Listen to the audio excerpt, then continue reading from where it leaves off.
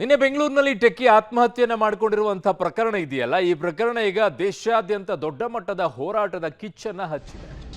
ಹೇಗೆ, ಯಾವ ರೀತಿಯಾಗಿ ನೋಡೋಣ.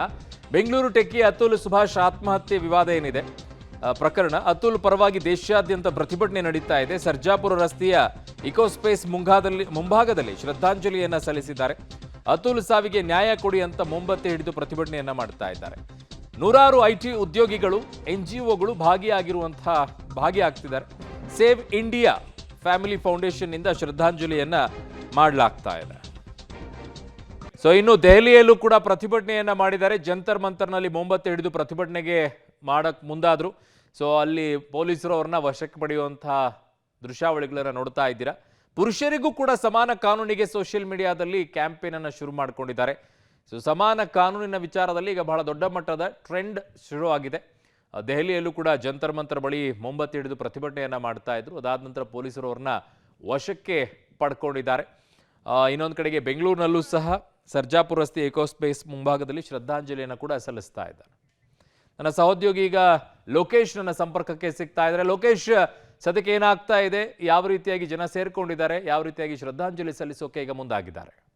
ಅರುಣ್, ಸದ್ಯಕ್ಕೆ ಈಗ ಇಕೋಸ್ಪೇಕ್ ಬಳಿ ಇರುವಂತಹ ಮುಖ್ಯ ರಸ್ತೆಯಲ್ಲೇ ಇಲ್ಲಿ family save of India NGO ಸಂಸ್ಥೆಯವರು ಶ್ರದ್ಧಾಂಜಲಿಯನ್ನು ಸಲ್ಲಿಸ್ತಾ ಇರುವಂಥದ್ದು. ಈ ಸಾವಿಗೆ ನ್ಯಾಯ ಬೇಕು ಅಂತೇಳಿ ಪೋಸ್ಟರನ್ನು ಹಿಡಿದು ಅವರು ನ್ಯಾಯಕ್ಕೋಸ್ಕರ ಆಗ್ರಹ ಮಾಡ್ತಾ ಇರುವಂಥದ್ದು. ಮೇಣದ ಬತ್ತಿಯನ್ನು ಹಚ್ಚಿ ಶ್ರದ್ಧಾಂಜಲಿ ಕಾರ್ಯಕ್ರಮವನ್ನು ಮಾಡ್ತಾ ಇದ್ದಾರೆ.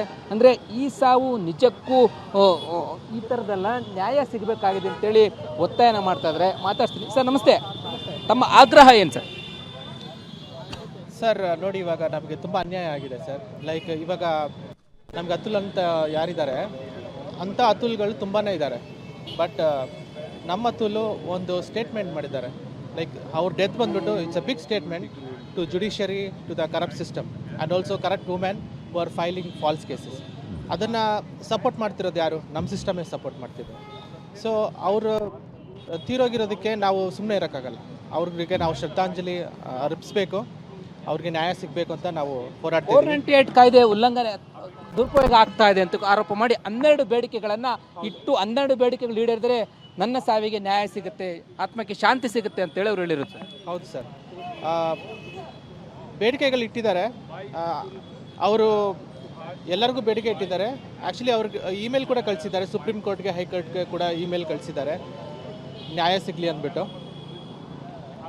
ಈ ರೀತಿಯಾಗಿ ಅವರು ಪೋಸ್ಟರ್ಗಳನ್ನು, ಮೇಣದ ಬತ್ತಿಗಳನ್ನು ಹಿಡ್ಕೊಂಡು ಶ್ರದ್ಧಾಂಜಲಿ ಕಾರ್ಯಕ್ರಮ ಸಲ್ಲಿಕೆ ಮಾಡ್ತಾ ಇರುವಂಥದ್ದು. ಪ್ರತಿಯೊಬ್ಬರು ಕೂಡ IT ಉದ್ಯೋಗಿಗಳು ಮತ್ತು NGO ಸಂಸ್ಥೆಯವರು ಕೂಡ ಇದರಲ್ಲಿ ಭಾಗಿಯಾಗಿ ಈ ಸಾವಿಗೆ ನ್ಯಾಯ ಸಿಗಬೇಕಾಗಿದೆ. ಜೊತೆಗೆ ಒಂದು ಪುರುಷರ ಪರವಾಗಿ ಒಂದು ಮೂಮೆಂಟನ್ನು ಅವರು ತೆಗೆದುಕೊಂಡಿದ್ದಾರೆ. ನಿಜಕ್ಕೂ ನ್ಯಾಯ ಸಿಗಬೇಕು. ಈ ರೀತಿ ದುರುಪಯೋಗ ಆಗ್ತಾ ಇದೆ ಕಾಯ್ದೆಗಳನ್ನು, ಈಗ ದುರುಪಯೋಗ ಆಗ್ತಾ ಇರ್ತಕ್ಕಂಥ ಕಾಯ್ದೆಗಳಿಗೆ ನ್ಯಾಯವನ್ನು ಸಲ್ಲಿಸಬೇಕು ಅಂತೇಳಿ ಆಗ್ರಹವನ್ನು ಮಾಡ್ತಾ ಇದ್ದಾರೆ.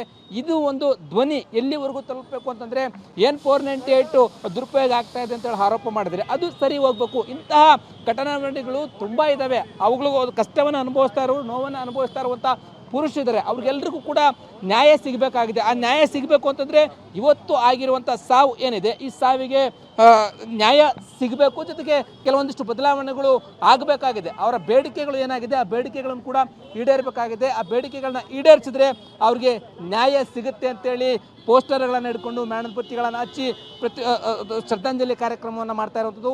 ಈ ಜಸ್ಟಿಸ್ ಫಾರ್ ಅತುಲ್ ಸುಭಾಷ್ ಅಂತೇಳಿ ಪೋಸ್ಟರನ್ನು ಹಿಡ್ಕೊಂಡಿದ್ದಾರೆ. ನಿಜಕ್ಕೂ ಇಲ್ಲಿ ಅವ್ರು ಬರೆದಿರ್ತಕ್ಕಂಥ ಈ ಒಂದು ಸುಸೈಡ್ ಏನಿತ್ತು ಆ ಒಂದು ಪಾಯಿಂಟ್ಗಳನ್ನು ಕೂಡ ತೆಗೆದುಕೊಳ್ಬೇಕಾಗತ್ತೆ. ಅದಷ್ಟೇ ಅಲ್ಲದೇ ಅವರ 90 ನಿಮಿಷಗಳ ಕಾಲ ವಿಡಿಯೋದಲ್ಲಿ ಅವ್ರು ಎಷ್ಟೆಲ್ಲ ಕಷ್ಟವನ್ನು ಅನುಭವಿಸಿದ್ರು, ಏನೆಲ್ಲ ನೋವನ್ನು ಅನುಭವಿಸಿದ್ರು ಅದನ್ನು ಕೂಡ ಅವರು ಎಳೆಯಾಗಿ ಬಿಚ್ಚಿಟ್ಟಿದ್ದಾರೆ. ಯಾವ ರೀತಿಯಾಗಿ ಇಲ್ಲಸಲ್ಲದ ಕೇಸುಗಳನ್ನು ಹಾಕ್ತಾರೆ, ಕುಟುಂಬ ಪತ್ನಿಯರು ಇರ್ಬೋದು, ಆ ರೀತಿಯಾಗಿ ಇಲ್ಲಸಲ್ಲದ ಕೇಸುಗಳನ್ನು ಹಾಕುವಂಥ ಸಂದರ್ಭದಲ್ಲಿ ಅವ್ರಿಗೆ ಆಗ್ತಕ್ಕಂಥ ನೋವು ಎಷ್ಟಿದೆ ಅದೆಲ್ಲಕ್ಕೂ ಕೂಡ ನ್ಯಾಯ ಸಿಗಬೇಕಾಗಿದೆ. ಹಾಗಾಗಿ ಈ ಸಾವಿಗೆ ನ್ಯಾಯ ಸಿಗಬೇಕು. ಇದೊಂದು ಮೂಮೆಂಟು. ಈ ಮೂಮೆಂಟ್ ಇವಾಗ ತೆಗೆದುಕೊಂಡ್ರೆ ಸರ್ಕಾರ ಪುರುಷರಿಗೆ ನ್ಯಾಯ ಸಿಗುತ್ತೆ ಅನ್ನುವಂಥದ್ದು. ಅತುಲ್ ಸುಭಾಷ್ ಅವರ ಸಾವಿಗೆ ನ್ಯಾಯಕ್ಕೋಸ್ಕರ ಇಲ್ಲಿ ಆಗ್ರಹ ಮಾಡಿ ಶ್ರದ್ಧಾಂಜಲಿಯನ್ನು ಸಲ್ಲಿಸ್ತಾ ಇರುವಂಥದ್ದು. ಅರುಣ್. ಓಕೆ ಲೋಕೇಶ್, ನಿಮ್ಮೆಲ್ಲ ಮಾಹಿತಿಗೆ ಧನ್ಯವಾದಗಳು.